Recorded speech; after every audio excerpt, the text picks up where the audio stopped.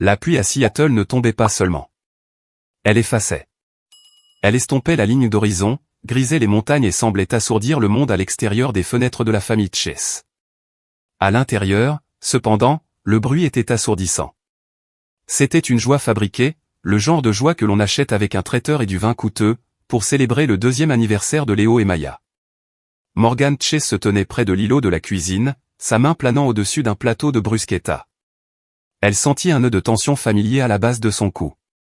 C'était une sensation à laquelle elle s'était habituée au cours des 6 derniers mois, la sensation d'être observée. Elle balaya du regard le salon bondé. Elliot était là, tenant un verre de scotch qu'il n'avait pas touché depuis 20 minutes. Il ne regardait pas les invités. Il ne regardait pas la vue. Il fixait les jumeaux. Léo était assis sur le tapis, luttant avec le papier cadeau d'une grande boîte, ses épaisses boucles sombres rebondissant à chaque mouvement. Maya dormait dans les bras de sa grand-mère, sa peau mate contrastant avec le cou pâle et poudré de Judith. Une voix dit à côté de Morgan, « Ils grandissent à chaque fois que je cligne des yeux. » C'était Tom, l'un des collègues d'Elliot du cabinet. Il était déjà légèrement éméché, se balançant un peu en attrapant une serviette. La génétique est folle, n'est-ce pas? Je veux dire, regardez Elliot.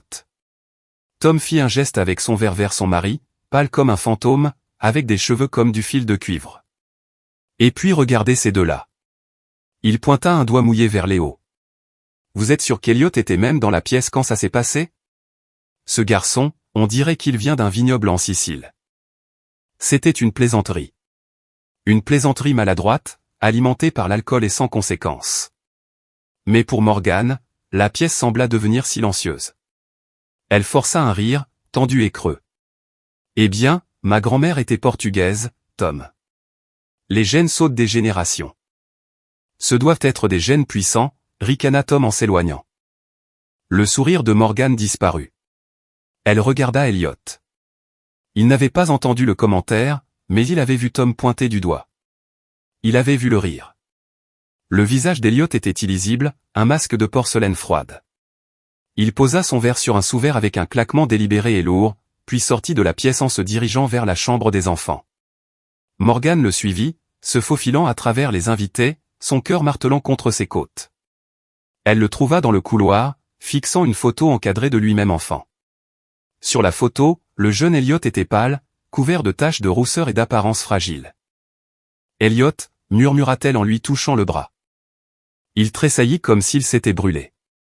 Il se tourna vers elle, et le regard dans ses yeux n'était pas de la colère. C'était une confusion profonde et déroutante qui se transformait rapidement en suspicion. « Tu l'as entendu » demanda Elliot à voix basse. Il était ivre, elle. C'était une blague stupide. Vraiment? Elliot la dépassa, entrant dans la chambre où les jumeaux dormaient habituellement. La fête battait encore son plein en bas, mais ici, le silence était lourd. Il se dirigea vers les berceaux, passant sa main le long de la balustrade. « Je les regarde, Morgan. Je les regarde chaque jour, et je ne me vois pas. Je ne vois pas une seule trace de moi. » « Ils ont ton nez, » mentit Morgan, cherchant désespérément à combler le fossé.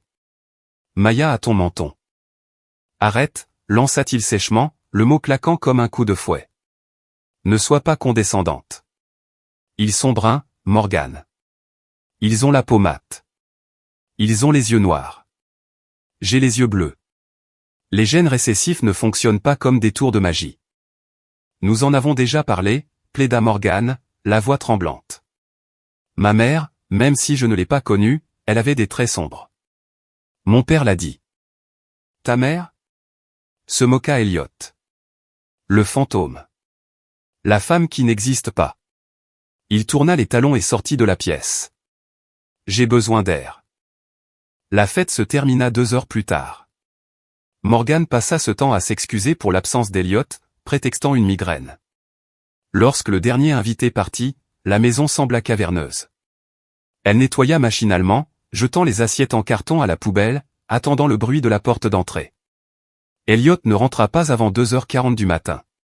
Morgan était au lit, feignant de dormir, mais ses muscles étaient tendus. Elle l'entendit entrer dans la chambre. Il ne se déshabilla pas. Il ne vint pas se coucher. À la place, elle entendit le bruit sourd d'un livre lourd posé sur le sol. Elle ouvrit les yeux, juste une fente. Elliot était assis en tailleur sur le sol près de la fenêtre, éclairé uniquement par le lampadaire extérieur. Il était entouré d'albums photos, ses albums d'enfance récupérés du grenier.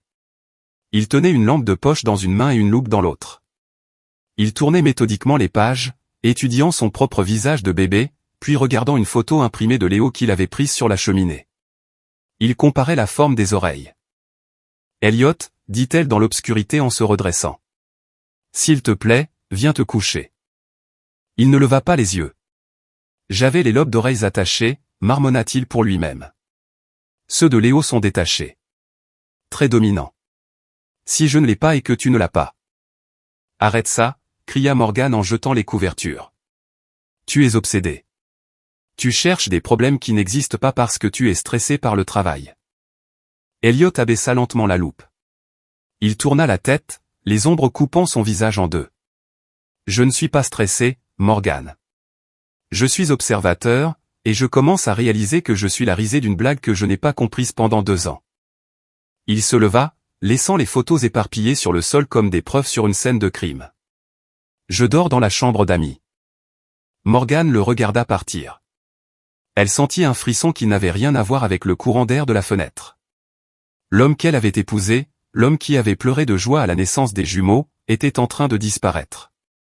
À sa place se trouvait un étranger, un expert en actuariat froid et calculateur qui voyait ses propres enfants non pas comme des miracles mais comme des impossibilités statistiques.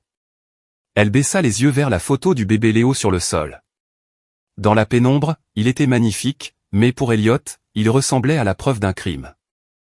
La paranoïa ne diminua pas avec la lumière du matin. Elle se calcifia. Au cours de la semaine suivante, l'atmosphère dans la maison des Chase passa de tendue à suffocante. Elliot cessa de dîner avec la famille. Il rentrait tard, sentant le café du bureau et l'air aseptisé, et se retirait directement dans son bureau, fermant la porte à clé derrière lui. Morgan essayait de maintenir une normalité pour les jumeaux. Elle les emmenait au parc. Elle passait leurs chansons préférées. Elle cuisinait leurs plats favoris. Mais chaque fois qu'elle riait avec eux, elle sentait le poids de l'absence d'Elliot. Le mardi, la violation de sa vie privée commença. Morgan s'était rendu dans le quartier universitaire pour rencontrer un client potentiel pour un projet de rénovation. C'était un après-midi pluvieux, le ciel d'un violet contusionné. Elle gara son véhicule utilitaire sport dans le parking près du bâtiment d'architecture, resserrant son manteau contre le vent. Alors qu'elle fermait la voiture à clé, son téléphone vibra. Localisation partagée. Elle fronça les sourcils. Elle n'avait pas partagé sa localisation. Elle ouvrit ses paramètres et vit que la fonction localiser mes amis était active, diffusant sa position à l'appareil d'Elliot. Avant qu'elle ne puisse la désactiver, une berline argentée dérapa dans la place de parking juste derrière elle, la bloquant. Son cœur bondit dans sa gorge. Elle serra ses clés entre ses phalanges, une habitude d'autodéfense qu'elle n'avait pas utilisée depuis des années. La portière du conducteur de la berline s'ouvrit brusquement, et Elliot en sortit. Il portait son costume de travail, mais sa cravate était desserrée et ses cheveux étaient en désordre. « Elliot !» halta-t-elle en baissant la main. « Qu'est-ce que tu fais ? Tu as failli me renverser. » Il l'ignora, passant devant elle d'un pas furieux pour regarder à travers les vitres de sa voiture. Il scruta la banquette arrière, puis le siège passager. Ne trouvant rien, il se retourna brusquement, les yeux hagards, balayant du regard le campus universitaire. « Où est-il ? » exigea Elliot. « Où est qui ?»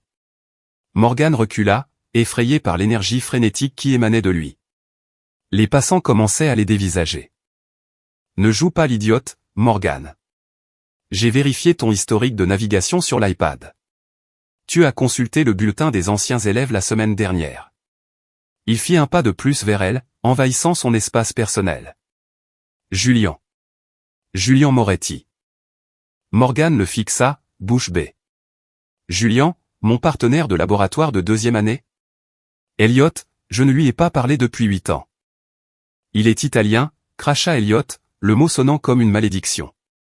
Il est à Seattle. J'ai vérifié son profil LinkedIn. Il travaille à 3 rues d'ici. Tu te gares ici.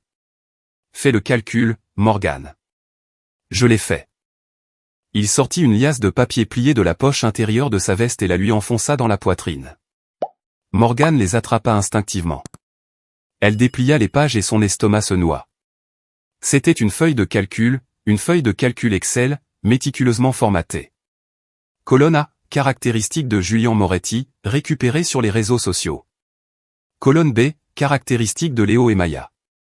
Colonne C, caractéristiques d'Elliot Chess. Colonne D, quotient de probabilité. Il avait codé les correspondances par couleur. Les yeux sombres et la pommade de Julian étaient surlignés en vert à côté de ceux des jumeaux. Les caractéristiques d'Elliot étaient surlignées d'un rouge colérique. Tu as fait un dossier? Murmura Morgane, l'horreur l'envahissant. Sur tes propres enfants? J'ai fait un dossier sur tes mensonges, siffla Elliot, sa voix baissant jusqu'à un murmure menaçant. Je sais que tu me crois faible. Je sais que ma mère me croit fragile. Mais je sais lire les données, Morgane. Les données disent que ces enfants ne sont pas les miens. C'est de la folie, dit Morgane, sa voix tremblant mais gagnant en force. Je ne t'ai jamais été infidèle. Jamais. Je t'aime, Elliot. Pourquoi nous fais-tu ça? Parce que je ne peux pas les regarder sans le voir. Cria Elliot, perdant le contrôle. Un étudiant qui passait s'arrêta et sortit son téléphone, probablement pour enregistrer l'altercation. Elliot le remarqua et baissa la tête, le visage empourpré. Je veux la vérité, dit-il en tremblant. La vérité, c'est que tu as besoin d'aide, dit Morgane, les larmes lui piquant les yeux. Tu as besoin d'un thérapeute, pas d'une feuille de calcul. Je vais le prouver, dit Elliot en reculant vers sa voiture. Je vais prouver que tu es une menteuse, et ensuite je prendrai cette maison, et je te laisserai sans rien. Elliot, attends. Il n'attendit pas. Il monta dans sa berline, fit une marche arrière agressive et quitta le parking en trombe, laissant Morgane debout sous la pluie, serrant la feuille de calcul qui réduisait l'existence de ses enfants à une anomalie statistique. Elle baissa les yeux sur le papier.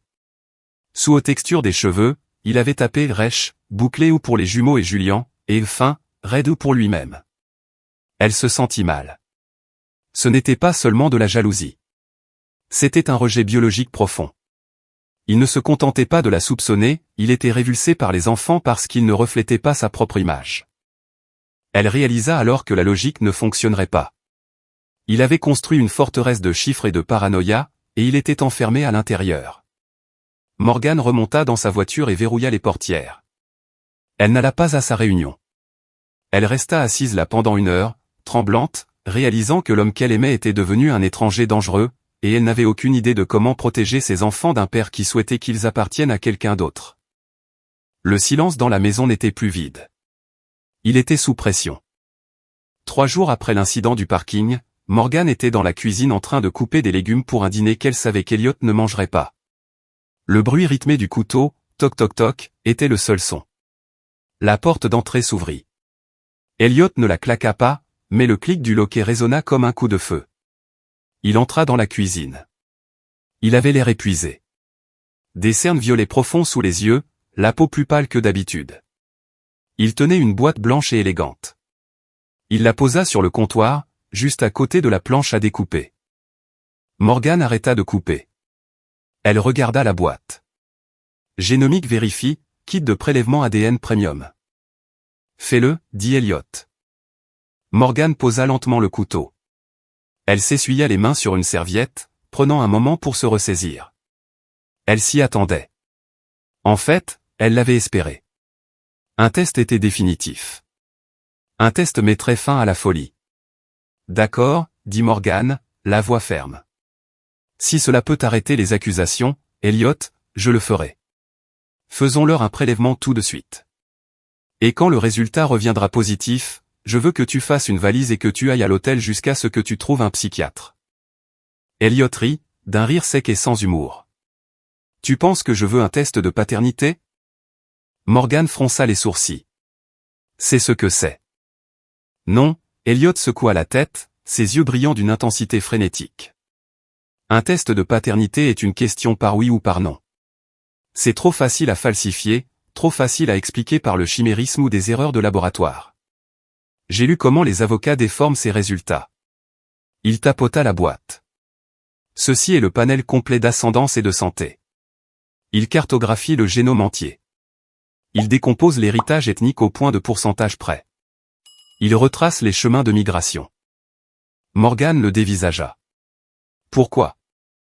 Parce que je veux voir l'Italien. Elliot se pencha, son visage à quelques centimètres du sien. Je veux voir les 50% de marqueurs d'Europe du Sud qui viennent de Julian. Je veux voir la preuve écrite dans le code.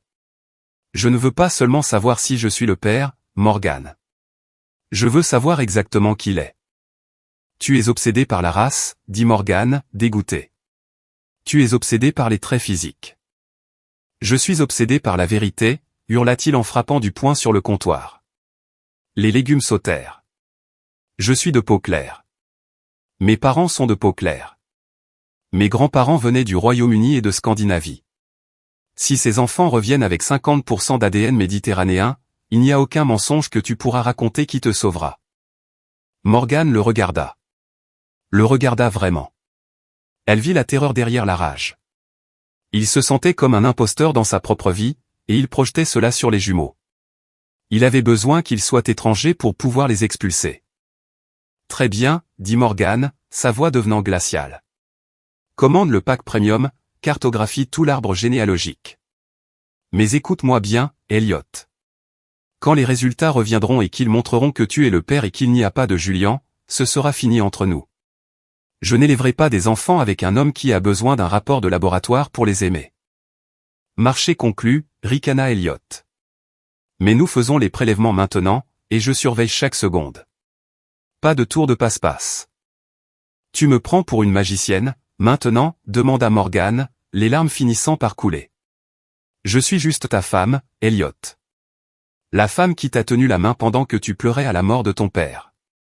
La femme qui a construit cette vie avec toi. Tu es une étrangère, dit Elliot en déchirant l'emballage plastique de la boîte. Nous sommes tous des étrangers jusqu'à ce que les données arrivent. Il ouvrit le kit et disposa les flacons. 4 d'entre eux. 4, demanda Morgan. Léo, Maya. Qui d'autre?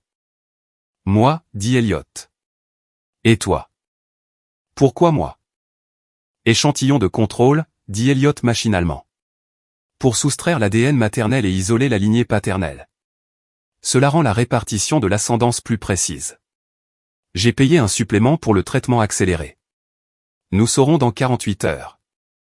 Morgan regarda les 4 écouvillons stériles. Ils ressemblaient à des instruments médicaux, froids et impersonnels. Elle réalisa avec un pincement au cœur que c'était la fin de leur mariage. Même si le test la disculpait, la confiance était incinérée. Elle attrapa le premier écouvillon. Finissons-en, dit-elle. Je veux récupérer mon nom. La chambre des enfants était sombre, éclairée uniquement par la veilleuse en forme de tortue. Les jumeaux dormaient dans leur berceau. En temps normal, les réveiller serait un péché parental. Mais Elliot opérait sous la loi martiale. Réveille Léo en premier, ordonna Elliot, debout près de la porte avec le kit ouvert dans les mains. Il refusait d'entrer complètement dans la pièce, comme si l'air à l'intérieur était contaminé. Morgan se dirigea vers le berceau. Léo dormait sur le dos, les bras levés au-dessus de sa tête. Il avait l'air si paisible, si inconscient que son existence était en procès. Morgan lui caressa doucement la joue. Il s'agita, ses cils sombres papillonnant. « Eh, mon bébé, murmura-t-elle. Maman doit faire quelque chose de rapide. Ouvre la bouche. » Elle prit l'écouvillon des mains d'Elliot. Il surveillait sa main comme un faucon. Ne touche pas les dents. L'intérieur de la joue. 30 secondes. Je sais comment faire, Elliot. Elle frotta l'embout en coton contre l'intérieur de la joue de Léo. Le bambin grogna, tournant la tête, mais Morgan le maintint fermement, les larmes brouillant sa vision. Elle ressentit cela comme une violation. Elle récoltait son identité génétique pour apaiser un fou. Elle scella l'écouvillon dans le tube et le tendit à Elliot. Il inspecta l'étiquette, vérifiant le code-barre par rapport à sa liste, puis le plaça dans le sac de risque biologique. Maya, ensuite, dit-il. Ils répétèrent le processus. Maya pleura. Le son transperça le cœur de Morgan, mais Elliot ne scia pas. Il attendit simplement l'échantillon. En bas, sous les lumières crues de la cuisine, ce fut leur tour. Elliot se frotta la joue agressivement, grattant assez fort pour faire saigner ses gencives. Il referma son flacon avec un sentiment de satisfaction sinistre. « À ton tour », dit-il en tendant à Morgane le dernier sachet. Morgane le déchira. Elle regarda Elliot. « Tu vas regretter ça », dit-elle doucement. « Pas parce que tu as tort sur l'infidélité, bien que ce soit le cas, mais parce que tu transformes une procédure médicale en arme. Tu es en train de briser quelque chose qui ne peut pas être réparé. » « Fais juste le prélèvement, » dit Elliot en regardant sa montre. « Le dépôt FedEx de l'aéroport ferme à 22 heures. Je dois y conduire ça ce soir. » Morgane se frotta la joue. Elle sentit le goût du coton sec et l'amertume du moment. Elle lui tendit le flacon. Elliot plaça les 4 tubes dans la boîte de retour. Il appliqua le ruban de sécurité inviolable, le lissant avec son pouce. Il regarda la boîte comme si elle contenait une bombe. « Je l'emmène moi-même, » dit-il. « Je suivrai le colis. Ne m'attends pas. » Il attrapa ses clés et sortit sous la pluie. Morgane resta dans la cuisine, écoutant la voiture démarrer. La maison était de nouveau silencieuse. Elle se sentait physiquement épuisée, comme si elle avait couru un marathon. Elle regarda la planche à découper où les légumes attendaient encore, en train de flétrir. Elle sortit son téléphone et appela Judith. Elle tomba sur la messagerie vocale. « Judith, c'est Morgane. Elliot a perdu la tête. Il vient de forcer un test ADN sur les enfants. Il pense. Il pense que je l'ai trompé avec quelqu'un d'autre parce qu'ils ont la peau foncée. Tu dois lui parler. Tu dois lui dire que la génétique est compliquée.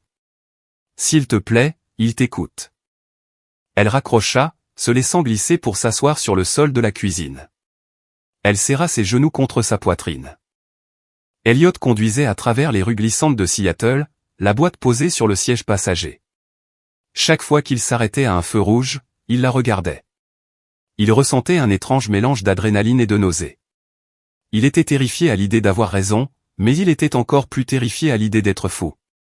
Si les enfants étaient les siens, pourquoi lui semblaient-ils des étrangers? Pourquoi ne ressentait-il aucune résonance biologique quand il les tenait?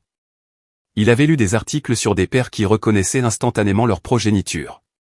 Il ne ressentait rien d'autre qu'un vide glacial. Il entra dans le parking de FedEx. Il se dirigea vers le comptoir, la pluie plaquant ses cheveux roux sur son front. « Envoi prioritaire pour le lendemain », dit Elliot au commis, en lui tendant la boîte. « Directement au laboratoire de génomique en Californie. » Le commis la scanna. « Elle sera là-bas avant 10 heures demain matin. » « Bien, » dit Elliot. « Le plus tôt sera le mieux. » Il retourna à sa voiture, sentant le poids s'alléger légèrement. La science était en marche. Les chiffres allaient parler. Il s'assit au volant et regarda son reflet dans le rétroviseur. Peau pâle, yeux bleus, nez fin. « Il ne me ressemble pas », pensa-t-il en agrippant le volant. « Il ne me ressemble pas. » Il ne savait pas encore qu'il se posait la mauvaise question. La question n'était pas pourquoi il ne lui ressemblait pas. La question était pourquoi il ressemblait à une femme qu'il n'avait jamais rencontrée, une femme dont le visage était caché dans le coin le plus sombre de sa propre histoire. La période d'attente fut une forme de torture. Pendant 2 jours, Elliot et Morgane se déplacèrent dans la maison comme des fantômes, évitant tout contact visuel. Elliot dormait dans la chambre d'amis. Morgane dormait avec les jumeaux, barricadant la porte comme pour les protéger d'un prédateur. Le 2e jour, Morgane ne supporta plus le silence. Elle avait besoin d'alliés. Elle se rendit en voiture chez Judith chez sa Queenan. Judith vivait dans une maison impeccable de style victorien, remplie d'antiquités trop chères pour être touchée. Judith ouvrit la porte, vêtue d'une robe de chambre en soie et affichant un air légèrement agacé. « Morgane, » dit-elle sans s'écarter. « J'ai eu ton message vocal. Je suppose que tu es ici pour te plaindre de mon fils. » « Je suis ici pour te demander de l'aide, » dit Morgane en la bousculant pour entrer dans le hall. « Il détruit notre famille, Judith. Il est convaincu que j'ai eu une liaison avec un Italien parce que les jumeaux ont la peau mate. Tu dois lui dire qu'il est paranoïaque. Tu dois lui rappeler que les gènes peuvent ressurgir des générations passées. » Judith ferma lentement la porte. Elle se tourna vers Morgane, son expression indéchiffrable. « Eh bien, » dit-elle en lissant sa robe de chambre, « ils sont très bruns, Morgane. Même moi, j'ai été surprise à leur naissance. Elliot était un bébé si clair. Un petit flocon de neige. Morgan la dévisagea. Tu es sérieuse? Tu valides ça? Je dis juste. Judith entra dans le salon, se versant un verre d'eau d'une carafe en cristal. Les mères ont une intuition. Si Elliot sent que quelque chose ne va pas, peut-être a-t-il raison de vérifier. J'ai été fidèle, dit Morgan, la voix s'élevant. Je suis la mère de ses enfants. Tu devrais me défendre. Je défends mon fils, lança Judith. Toujours. Morgan arpentait la pièce, frustrée. Elle regarda la cheminée couverte de photos encadrées d'Elliot. Elliot a sa remise de diplôme. Elliot a son mariage. Elliot recevant un prix. Il n'y avait pas de photo de bébé. Pourquoi n'y a-t-il aucune photo de bébé d'Elliot ici, demanda Morgan, distraite. Je les garde dans les albums, dit Judith rapidement. Peu importe. Le fait est, laisse le test se faire. Si tu es innocente, tu n'as rien à craindre. Morgan se dirigea vers une bibliothèque. Elle vit un vieux livre relié en cuir rangé sur l'étagère du bas. Il ressemblait à un album de coupures. Sans demander, elle le sortit. Remets ça à sa place, dit Judith sèchement. Morgan l'ouvrit. Il était rempli de photos en noir et blanc de la fin des années 1980. Elle tourna une page et se figea. Il y avait une photo d'une jeune femme, très enceinte, assise sur une chaise de jardin. Elle avait l'air misérable. Ses cheveux étaient sombres et indisciplinés, sa peau mate, même sur le tirage monochrome. Qui est-ce? Demanda Morgan en montrant la femme enceinte. Judith se jeta en avant et lui arracha le livre des mains. C'est ma sœur. Elle est morte il y a des années. Cela n'a rien à voir avec toi. Elle ressemble. Morgan hésita. La femme sur la photo avait le même front bombé que Léo, la même courbe de lèvres que Maya. Elle ressemble aux jumeaux. Ne sois pas ridicule, siffla Judith en remettant le livre sur l'étagère. Ma sœur était une femme tourmentée. Elle n'a aucun lien avec Elliot. Elliot est mon fils. Le mien. Morgan recula. Elle sentit une étrange vibration dans l'air, une fréquence de tromperie qu'elle ne parvenait pas tout à fait à capter. Judith cachait quelque chose. Sa défense était trop agressive. Tu mens, murmura Morgan. Je ne sais pas à quel sujet, mais tu mens. Et Elliot déchire nos vies parce qu'il pense que c'est moi la menteuse. Rentre chez toi, Morgan, dit Judith en désignant la porte. Attends les résultats et prie pour qu'il sauve ton mariage, car moi, je ne le ferai certainement pas. Morgan quitta la maison en tremblant. Elle s'assit dans sa voiture, revoyant l'image de la femme enceinte. La ressemblance était troublante, mais Judith avait dit que c'était sa sœur. Les jumeaux auraient-ils pu hériter de traits d'une grand-tante? C'était possible. Mais pourquoi Judith était-elle si terrifiée?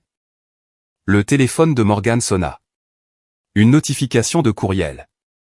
Objet, vos résultats génomiques vérifient sont prêts. Elle fixa l'écran.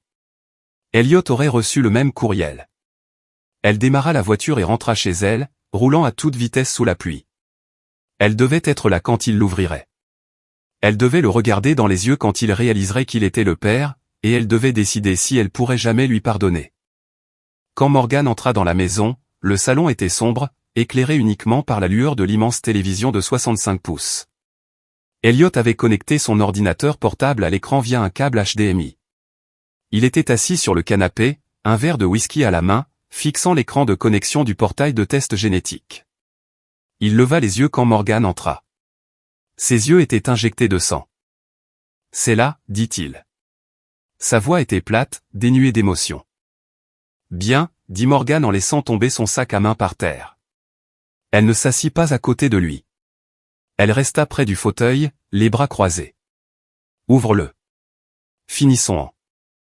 Elliot tapa son mot de passe. Ses doigts tremblaient légèrement. Il cliqua sur se connecter. Le tableau de bord se chargea. Une roue tournante apparut au centre du grand écran.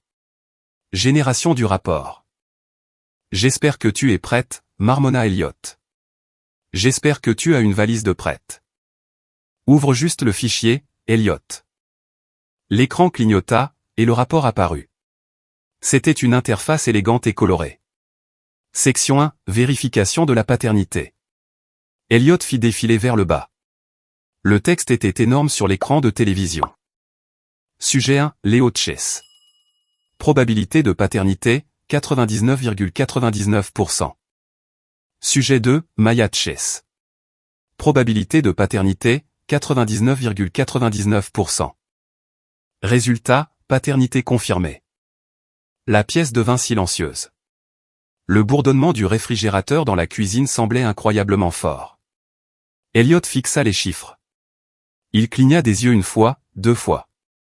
La certitude suffisante disparut de son visage, remplacée par un vide soudain et discordant. « Ils sont à moi », murmura-t-il. « Je te l'avais dit », dit Morgan. Elle ne se sentait pas triomphante. Elle se sentait épuisée. « Je te l'avais dit, Elliot. » Encore et encore. Elliot s'affaissa sur le canapé, se couvrant le visage de ses mains. J'étais si sûr. Les traits, les yeux. Excuse-toi, dit Morgan, la voix brisée. Tout de suite. Je suis désolé, j'ai mis Elliot dans ses mains. Morgan, je suis tellement désolé. Je crois que je suis malade. Je crois que j'ai perdu la tête. C'est le cas, dit Morgan. Et je ne sais pas si nous pouvons nous en remettre. Elliot se redressa, regardant à nouveau l'écran, cherchant désespérément quelque chose à dire. Il fit défiler vers le bas. J'ai juste besoin de voir l'ascendance, juste pour comprendre d'où viennent les traits sombres. Peut-être que ça vient de ton côté.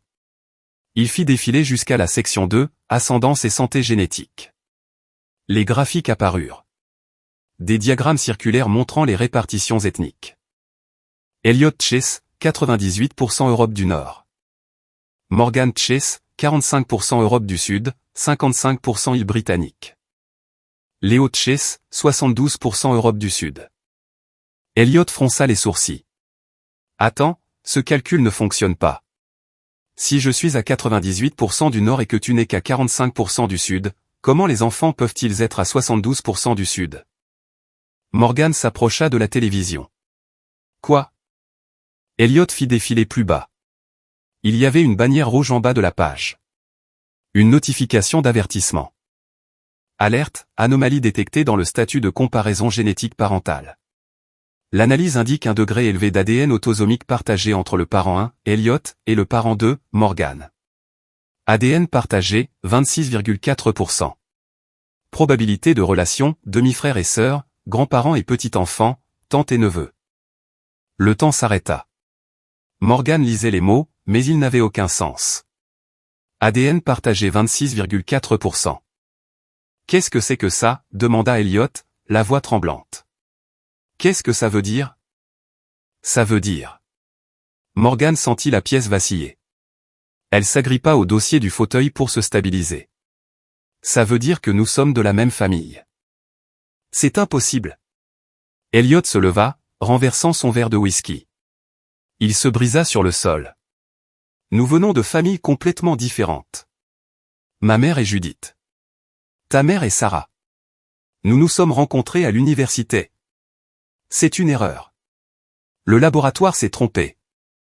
Morgan fixa l'écran. Elle regarda à nouveau la répartition ethnique. Lignée maternelle partagée. Haplogroupe H. Un souvenir lui traversa l'esprit. L'album de Judith. La femme enceinte aux cheveux sombres. La femme que Judith prétendait être sa sœur. La femme qui ressemblait aux jumeaux. La photo, murmura Morgan. Quelle photo? Hurla Elliot en montrant la télévision. Règle ça. Appelle-les. Elliot, dit Morgan, sa voix à peine audible. Ta mère m'a montré une photo de sa sœur, une sœur enceinte. Elle avait les cheveux sombres, la peau mate. Elliot la fixa, son visage devenant couleur de cendre. Ma mère n'a pas de sœur. Elle était fille unique. Morgan sentit la bile lui monter à la gorge. Elle m'a dit que c'était sa sœur, mais la femme sur la photo. Elle me ressemblait. L'horreur les frappa simultanément. Ils ne regardaient pas une erreur de laboratoire. Ils regardaient un secret de famille si profond qu'ils les avaient tous deux ensevelis. Elliot regarda Morgan. Pour la première fois depuis des mois, il ne voyait pas une femme infidèle. Il voyait ses propres yeux. Il voyait la forme de sa propre mâchoire, adoucie par le genre, mais indéniablement similaire. Il vomit sur le tapis. Le trajet jusqu'à la maison de Judith fut un flou de silence terrifié. Elliot conduisait vite, agrippant le volant si fort que ses jointures étaient blanches. Morgan était assise sur le siège passager, se serrant dans ses bras, tremblant de manière incontrôlable. Chaque fois qu'elle regardait Elliot, elle ressentait une vague de nausée physique. Son mari. Son frère. Ils dérapèrent dans l'allée de Judith. Elliot ne prit pas la peine de se garer correctement. Il laissa la voiture en marche sur la pelouse. Il monta les marches d'un pas rageur et donna un coup de pied dans la porte d'entrée. « Ouvre !» hurla-t-il. « Mère, ouvre cette satanée porte !» La porte s'ouvrit brusquement. Judith se tenait là, pâle et tremblante. Elle avait vu l'heure. Elle savait que les résultats étaient sortis. Elle vit le regard sur le visage d'Elliot, un mélange de chagrin et de rage meurtrière, et elle essaya de refermer la porte. Elliot la poussa, se frayant un chemin à l'intérieur. Morgan le suivit, restant près de l'entrée, incapable de s'approcher trop près de l'un ou de l'autre. « Dis-moi » halta Elliot en acculant Judith contre l'escalier. « Dis-moi qui je suis. »« Tu es mon fils » sanglota Judith. « Tu es mon fils, Elliot. » « Le test dit que ma femme est ma sœur » rugit Elliot, la voix brisée. 26% d'ADN partagé. Qui est-elle? Qui est ma mère? Judith s'effondra sur la première marche, enfouissant son visage dans ses mains. Je l'ai fait pour te protéger. Je ne pouvais pas avoir d'enfant. Je te voulais tellement. Qui était-elle? Exigea Elliot. Sarah, murmura Judith. Son nom était Sarah Gain. Morgan poussa un cri aigu. Elle se couvrit la bouche, glissant le long du mur. Sarah Gain, s'étrangla-t-elle. C'est ma mère. C'est le nom sur mon acte de naissance. Elle a quitté mon père quand j'avais 6 ans. Judith leva les yeux, les larmes coulant sur son visage. Elle était ma femme de ménage, Elliot, des années avant la naissance de Morgan. Elle était jeune, tourmentée. Elle est tombée enceinte d'un homme dont elle ne voulait pas donner le nom. Un homme aux cheveux roux, disait-elle. Elle ne voulait pas du bébé. Moi, si. Nous avons passé un accord. Une adoption privée, des dossiers scellés. Elle te l'a donné, et elle a disparu. Elliot fixa Judith, son monde se fracturant. Alors tu m'as acheté? Je t'ai aimé, cria Judith. Je t'ai élevé. Sarah est partie et a commencé une nouvelle vie. Elle a rencontré le père de Morgan. Elle a eu Morgan 2 ans plus tard. Je n'ai jamais su. Je n'ai jamais su qu'elle avait eu un autre enfant jusqu'à ce que tu ramènes Morgan à la maison pour Noël cette première année. Tu savais? Murmura Elliot, horrifié. Tu savais quand nous nous sommes mariés? Je m'en doutais, avoua Judith, la voix tremblante. Morgan lui ressemble tellement. Mais je ne pouvais rien dire. Si je te le disais, je te perdrais. Je pensais. Je pensais que comme vous aviez des pères différents, peut-être que ça irait. Peut-être que la génétique n'aurait pas d'importance. Tu nous as laissé nous marier, dit Morgan depuis l'embrasure de la porte, sa voix morte. Tu nous as laissé avoir des enfants. Tu nous as laissé dormir dans le même lit. Je voulais que vous soyez heureux, gémit Judith. Elliot s'éloigna de sa mère comme si elle était radioactive. Il regarda Morgan. La révulsion sur son visage était absolue. Elle n'était pas dirigée contre elle, mais contre la situation, contre la réalité biologique de leur existence. Et les jumeaux, demanda Elliot, la voix creuse. Les traits sombres? Sarah, dit Judith. Sarah était brune. D'origine grecque et portugaise. Tu tenais de ton père, Elliot. Mais les jumeaux. Les jumeaux sont purement Sarah. Elliot rit. C'était un son brisé, déchiqueté. Je l'ai accusé de m'avoir trompé, dit-il en regardant le plafond. J'ai mis ma maison sens dessus-dessous parce que les enfants ne me ressemblaient pas. Et ils ne me ressemblaient pas parce qu'ils ressemblent à notre mère. Il se dirigea vers la table d'appoint ancienne et balaya un vase. Il se brisa. Il ne s'arrêta pas. Il renversa une chaise. Il frappa le mur, faisant un trou dans le plâtre. « Elliot, arrête !» cria Judith. Il se tourna vers elle, haletant, la main en sang. « Tu n'es pas ma mère. Tu es une kidnappeuse, et tu as détruit ma vie. » Il passa devant Morgan sans la regarder. « Je m'en vais, dit-il. »« Où ?» demanda Morgan, les larmes coulant sur son visage. « Loin, dit Elliot. »« Je ne peux pas. Je ne peux pas te regarder. Je ne peux pas les regarder. Je ne peux pas être ici. » Il sortit sous la pluie, laissant la porte grande ouverte. Le son du moteur de sa voiture s'éloignant était le son de leur mariage qui mourait. Le bureau de l'avocat en droit de la famille était silencieux, sentant l'acajou et l'eau de Cologne coûteuse. 3 semaines s'étaient écoulées depuis la nuit chez Judith. La pluie avait cessé, remplacée par un soleil de Seattle rare et aveuglant qui semblait moqueur. Morgan était assise d'un côté de la longue table de conférence. Elliot était assis de l'autre.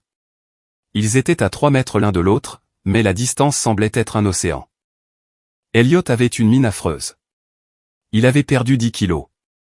Ses vêtements flottaient sur lui. Il s'était fait admettre dans un établissement psychiatrique la nuit de la révélation et séjournait actuellement dans un logement de transition. Il ne pouvait pas retourner à la maison. Il ne pouvait pas être près de la chambre des enfants.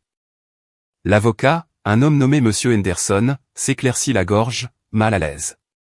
Il avait traité des centaines de divorces, mais jamais une annulation pour cause d'inceste. Les formalités sont simples, dit Henderson en poussant une pile de documents vers Morgan. Compte tenu des preuves génétiques et de la nature frauduleuse de la dissimulation de l'adoption, l'État a accordé une annulation immédiate. Légalement, le mariage n'a jamais existé.